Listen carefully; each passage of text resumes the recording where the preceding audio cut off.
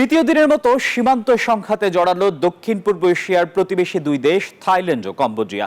শনিবার ভোরে থাইল্যান্ডের ত্রাত প্রদেশে হামলা চালায় কম্বোডিয়ার বাহিনী। তবে ব্যাংকক জানায় তারা হামলা প্রতিহত করেছে। একতরফাভাবে তাৎক্ষণিক যুদ্ধবিরতির আহ্বান জানিয়েছে নমপেন। নিহত বেড়ে অন্তত ৩২ জনে দাঁড়িয়েছে। বাস্তুচ্যুত হয়েছে কয়েক হাজার মানুষ।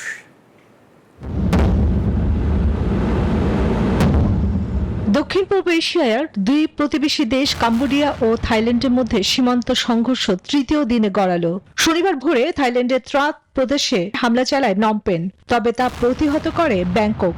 দুপক্ষের তীব্র গোলাবর্ষণে বেড়েছে নিহতের সংখ্যাও। এই নিয়ে টানা ৩ দিন ধরে চলছে গোলাগুলি। ব্যাংককের দাবি, কম্বোডিয়া রুশ নির্মিত BM-21 রকেট ও কামানের গোলা ব্যবহার করছে।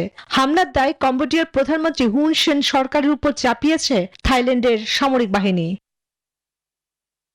এরই মধ্যে একতরফা নিঃস্বার্থভাবে যুদ্ধবিরতি এবং শান্তিপূর্ণ উপায়ে বিরোধ নিষ্পত্তি প্রত্যাশা করছেন জাতিসংঘে নিযুক্ত কম্বোডিয়ার রাষ্ট্রদূত চিয়া কেও।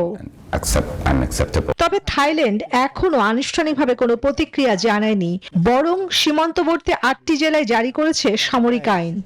বান্ডেল থাকলে প্রতি সেনমানিতে টাকা বাঁচবে। বিকাশ সেনমানি বান্ডেল কিনে জিতুন প্রতি লেনদেনে।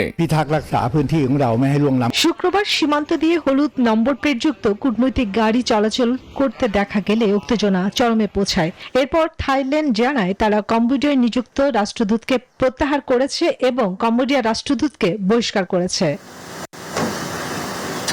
দক্ষিণ পূর্ব এশিয়ার প্রতিবেশীর মধ্যে এক দশকেরও বেশি সময়ের মাঝে সবচেয়ে ভয়াবহ সংঘর্ষে বেড়েছে নিহতের সংখ্যাও। কয়েক হাজার মানুষ বাস্তুচ্যুত হয়েছে। গোটা বিশ্ব যখন যুদ্ধবিরতির পক্ষে, তখন থাইল্যান্ড কম্বোডিয়ার সীমান্তে নতুন করে অশান্তির আগুন। উভয় দেশই সংঘর্ষের জন্য একে অপরকে দায়ী করলেও আপাতত শান্তি ফিরিয়ে আনাই বড় চ্যালেঞ্জ। চন্দ্রানী চন্দ্রা, নিউজ 24।